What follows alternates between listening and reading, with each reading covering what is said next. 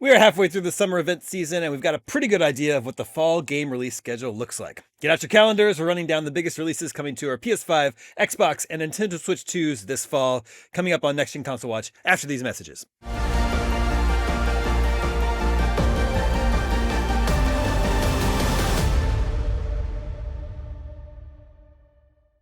Welcome back to Next Gen Console Watch, our show following all the latest games for the latest gaming hardware.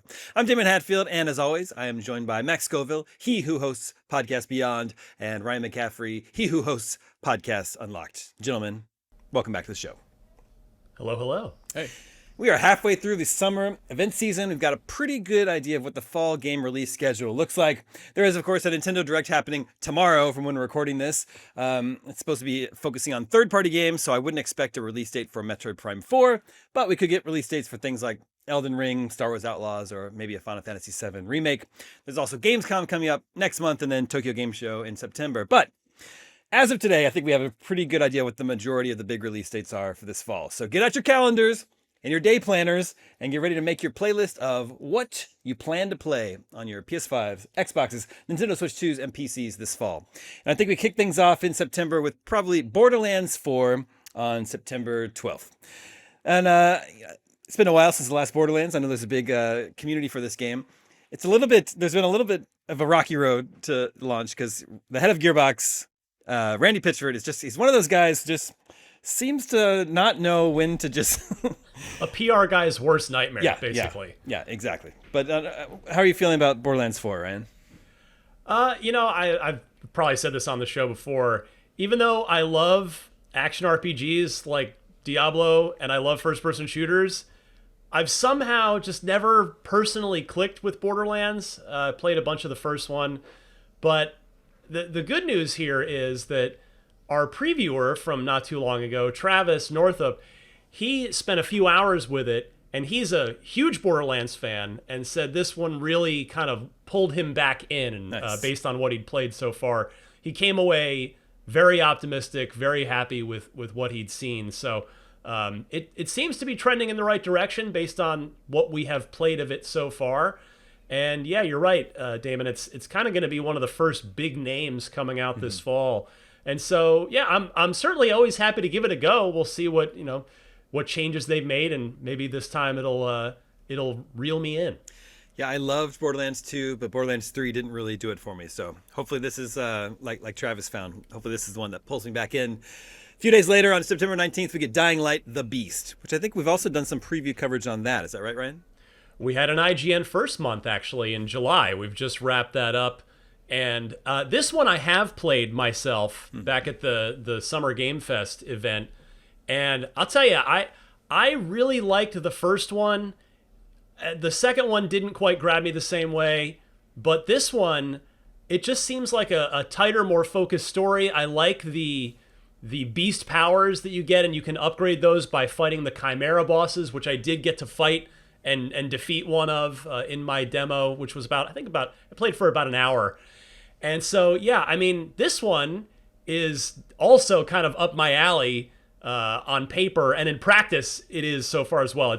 It's sort of half Mirror's Edge and half Left 4 Dead. In a set, not really. It's not a multiplayer game, but half first-person zombie slaying melee game and half Mirror's Edge. So, yeah, definitely things that I like, and I've really enjoyed what I've played of this one so far. And you mentioned there the date. This one just got pushed back 4 weeks into September for some extra polish, according to Techland, the developer, and that's fine. Polish away. We want the best game we can get.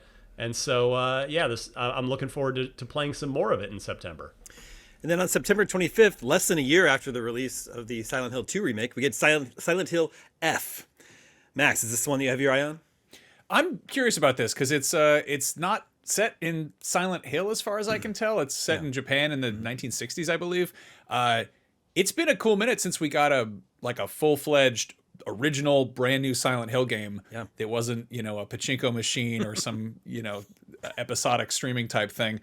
So I'm, cautiously optimistic here. I really think that this is going to, depending on how this does, I think it's going to send an interesting message to fans of legacy Konami IP, and also about how they're doing things internally there.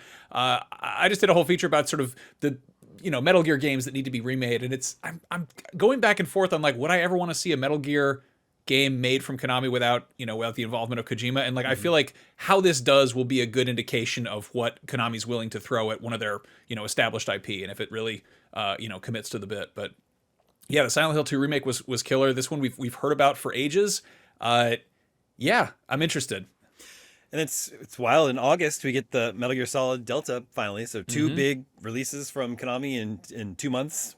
It's nice to see them sort of like revving back to life after a sort of long years of wandering in the dark. It seemed like for Konami. I hope that they do make good games again. Like there was a minute there where they just were veering into mobile and Yu-Gi-Oh cards and stuff. So I mean, they're sitting on incredible gaming IP. So. And then rounding out September, on September 30th, is Final Fantasy Tactics, the remake. I'm super excited for that. I love Final Fantasy Tactics, and I haven't actually played that since it was released in '98, I believe. So it'll be really great to return to that, and I hope people who've never played it will get a chance to check it out. Seems like tactics games are kind of having a moment these days. Getting into October, Max, maybe the biggest release date out of all of these is Ghost of Yōtei on October 2nd. That's Sony's big first-party release this year. Really, the only one so far. I'm excited for this. What's your sort of feeling about Ghost of Yōtei? I think it's going to be a great game. Yeah. I mean, if it takes what the first game did and refines it even slightly, yeah.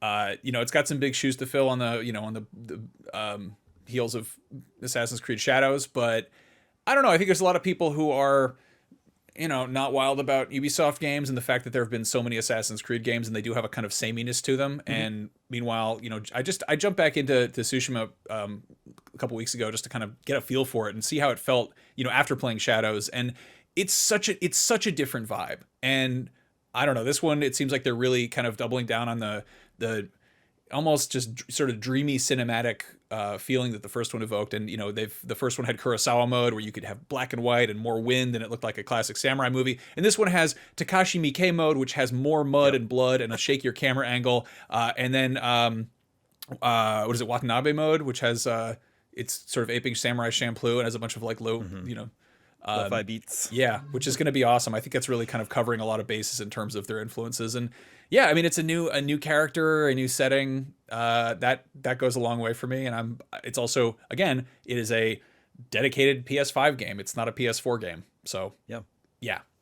And Ryan, I know you have that PS5 Pro. Do you plan to play Ghost of Yōtei on it? It's ready to go. Yeah, I did like the first one. I didn't end up finishing it, but this one, it just has such an overused word, but it's just got such a vibe to it based on what we've seen in trailers and such so far. So yeah, I definitely want to give this a go. It's been a while since we've seen Sony first party flex, really. So this seems like Sucker Punch is set to deliver. And yeah, this while I wait for the true purpose of my PS5 Pro, which is Grand Theft Auto 6, I think Ghost of Yōtei will be a good thing to give it some reps with.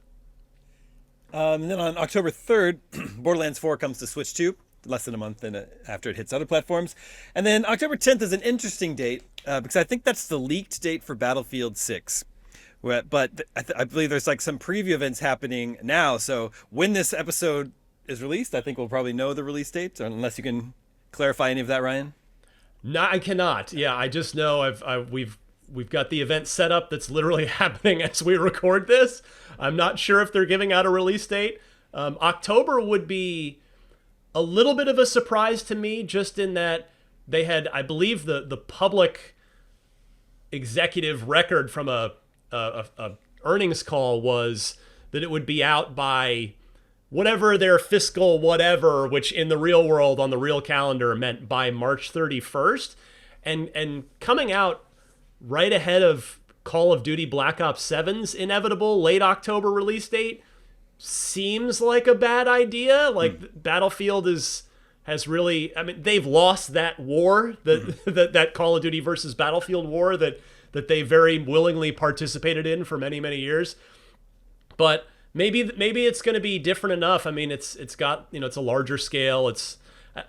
We'll see. I mean, we'll see if I'd be a little surprised if they're going to drop it in October, but I suppose those EA shareholders want those holiday dollars, so maybe that's what trumps all here. They have some good input on how to launch a video game, as demonstrated by the state that, I don't know, Battlefield 2042 and Battlefield 5 and Battlefield 4. Like I don't know.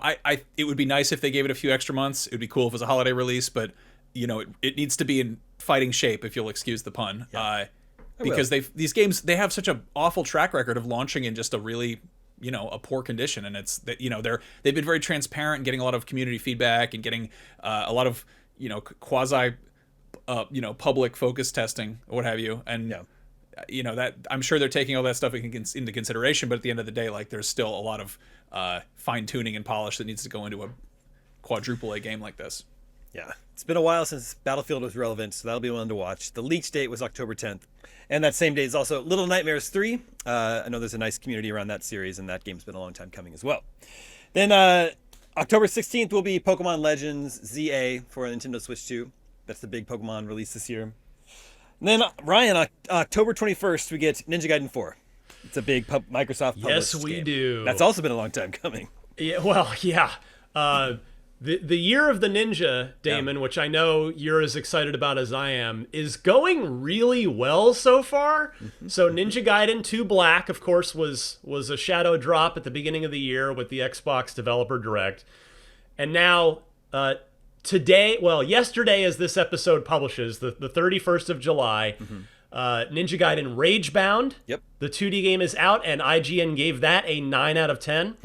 We have a new preview up now that posted this week from my Unlocked castmate Michael Hyam. He played a couple hours of Shinobi: Art of Vengeance, Nice. which I know is not part of Tecmo Koei's Year of the Ninja, but we're counting it because it definitely counts. And he loved the couple hours he played. That's great.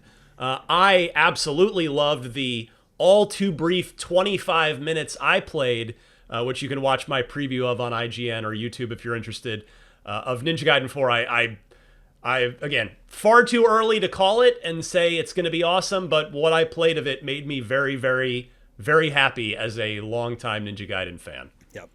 And also, don't forget, there was Assassin's Creed Shadows, which I quite liked. That's and true. Then Ghost of Yōtei as well. So, yeah. Year of the Ninja, indeed.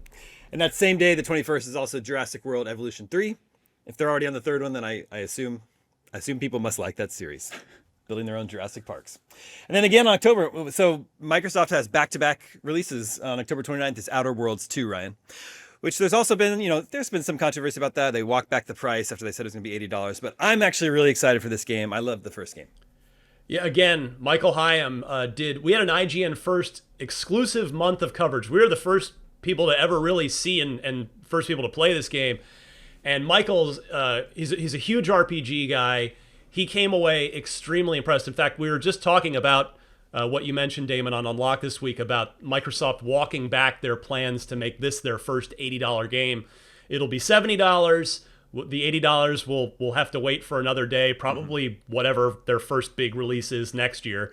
But Michael was very, very, he's super bullish on this game. He's seen more of it than anybody else. Again, that doesn't guarantee anything, but Obsidian's track record is certainly one that we can have a lot of confidence in. And yeah, this one, I really like there's a lot of just RPG nerd stuff in this, like all the little, just, you can kind of play it a bunch of different ways, and they've got I'm forgetting the name of the system, the gameplay system, but where you can voluntarily choose in the course of the game to have a sort of a permanent effect, which has like positive and negative.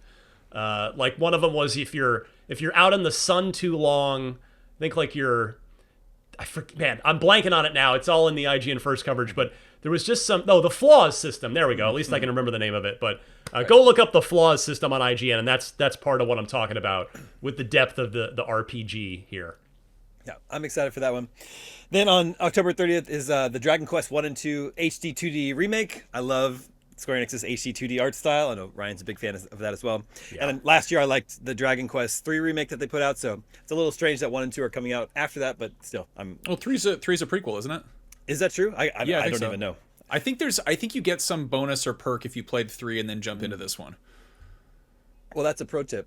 And then October 31st, Halloween Day, two like really, really cool looking smaller scope pixel art games, Mina the Hollower and Terminator 2D. Mina the Hollower is the next game from Yacht Club Games, developers of Shovel Knight, and it looks to be a Zelda Link's Awakening or Link to the Past like. It looks really, really cool. Lots of like sort of top-down dungeon crawling. And then there's Terminator 2D, which, gosh, the 2D art, the pixel art is so good. I'm really, really excited for this one. Max, you're a Terminator fan. Oh my God. Yeah, no, I'm way too excited about this, but I'm also trying not to get too excited because a game like this can look really good and then have something where it just falls short. But fingers crossed, because we've never really gotten a good Terminator 2 game. I mean, it's funny, like this looks like Contra, and then but Contra is just Rambo and like Terminator, Alien, sort of like all squashed together, and so it's a little bit full circle to get a Terminator game that's very, very Contra. There's not much to speak of in terms of release dates for November and December at this time. But we know there are some other games that are expected, so they'll probably want to fill in those 2 months as well. The first one we should mention is Call of Duty, which is Black Ops 7 at this point. Is that what it is? Number 7. We're back to back years with Black Ops, which is, I don't think has ever happened before. It's sort of interesting to me that this 3-year cycle where they'd rotate between Infinity Ward, Sledgehammer, and Treyarch has been very disrupted. Now, Sledgehammer their last game was not well received at all. So I don't really know what's going on. I won't say I feel bad for the Treyarch team, and that I'm sure they're all hopefully compensated very well for working on a $1 billion franchise. But yeah, those guys are back to back this year and last year. So we'll see what happens with Black Ops 7. But I really 6 was my favorite Call of Duty in about the last 5 or so years. Black Ops 6 I thoroughly enjoyed on all fronts, and I'm curious to see how they follow that up with 7. Well, it's going to be supposedly a sequel to 2. So I think Black Ops 2 was set in 2025, and this takes place 10 years later, I believe. I think you're correct. Yeah. Which is interesting. I don't know. I love it. It's like, I love Black Ops 6. Anyway, this is a sequel to a game that came out 15 years ago or whatever. Yeah. I don't know. So if Battlefield is rumored for mid-October, do you think Call of Duty would want to take November then? They've been in late October for the last number of years now. I mean, if they need another week or something for whatever reason, then yeah, like years ago, they were always early November. You could take it to the bank, and then they just kind of regularly moved to late October. So yeah, somewhere in that 2-week span, I think we can pencil them in, or not even pencil. It's permanent marker. It's either going to be the last week of October or the first week of November, most likely. Yeah. And then there's Metroid Prime 4 from Nintendo for Nintendo Switch 2. I think since they have Pokemon coming in October, I think they'd probably want to put that one in November at some point. Who knows when they're going to announce that release date? People have been waiting for that one. But we've even seen like out-of-home advertisements go up that say available now, and then they had to be changed in the real world. So I don't know. Maybe they could surprise drop that one sooner than later. But then there's Hollow Knight Silksong, which is that really coming out this fall finally? Is that happening? It's playable in the Gamescom booth, at Xbox's Gamescom booth, which means we were talking about this on Unlock this week. We all think it are just, we don't know, of course, but our gut, the collectively the three of us all thought it's going to be September, like just probably mid to late September. But again, we don't know. It could be anywhere in the fall, but it sure seems like we're finally at the finish line with this one.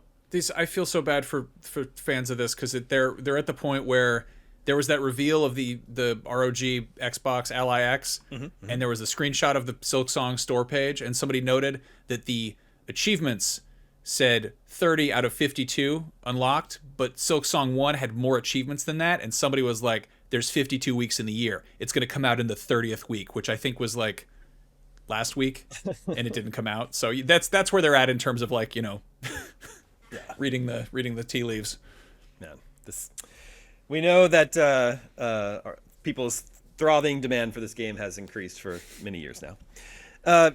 Ryan, we know that both Final Fantasy VII Remake and 16 are coming to Xbox at some point. Would you expect them this fall?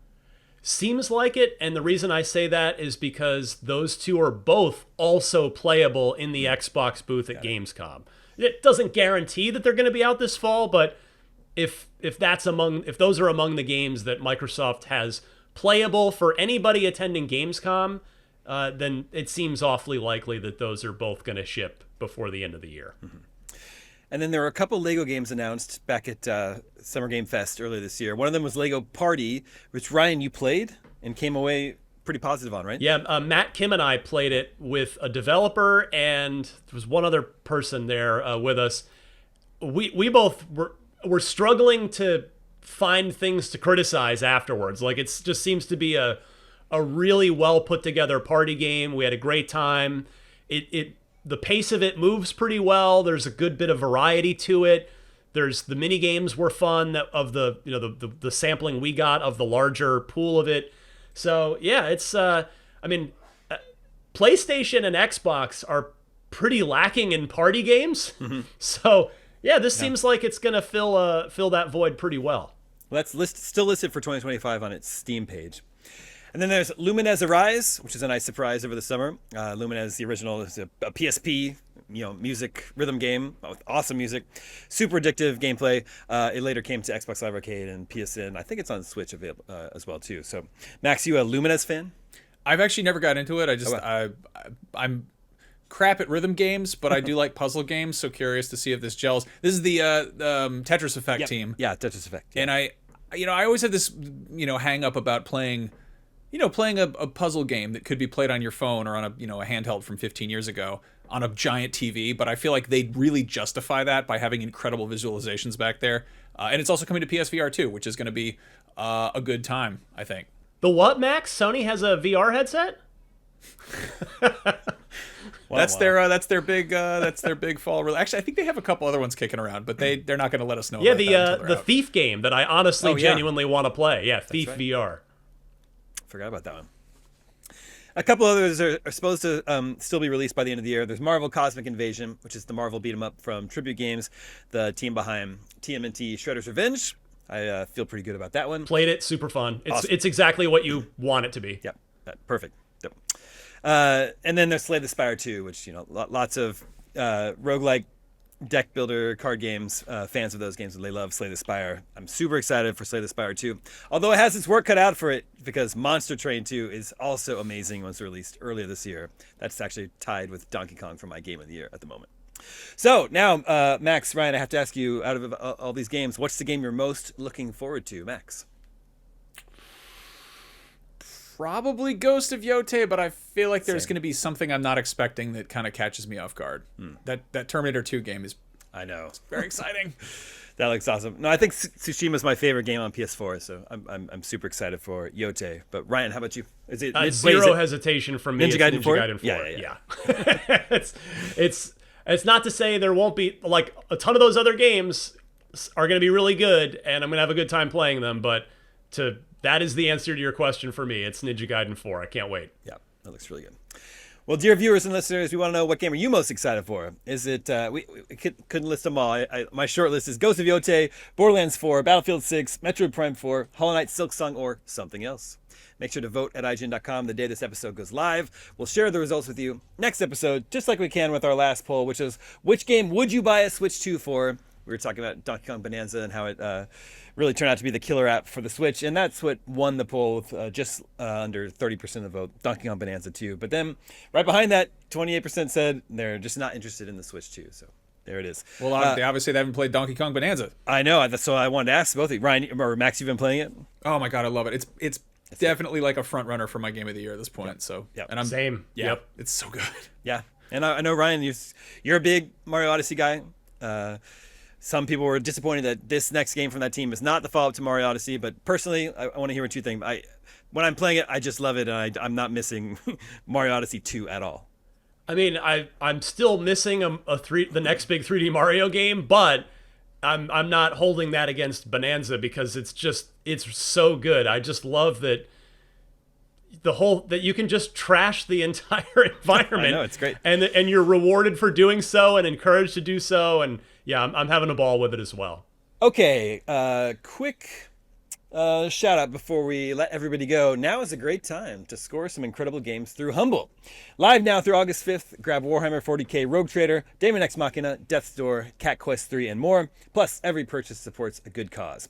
This month, your Humble Choice membership supports Covenant House. Get a curated mix of PC games every month, all for just $14.99. Or use code July25 and get it all for just $10. Whether you're building your backlog or discovering something new, it's a perfect time to pick up these fan favorites. And that is our show this week. Thank you to both Max and Ryan. Thank you to Red, working behind the scenes to make this episode possible. My name is Damon. We'll be back next week with the latest in gaming and hardware news. We'll see you then.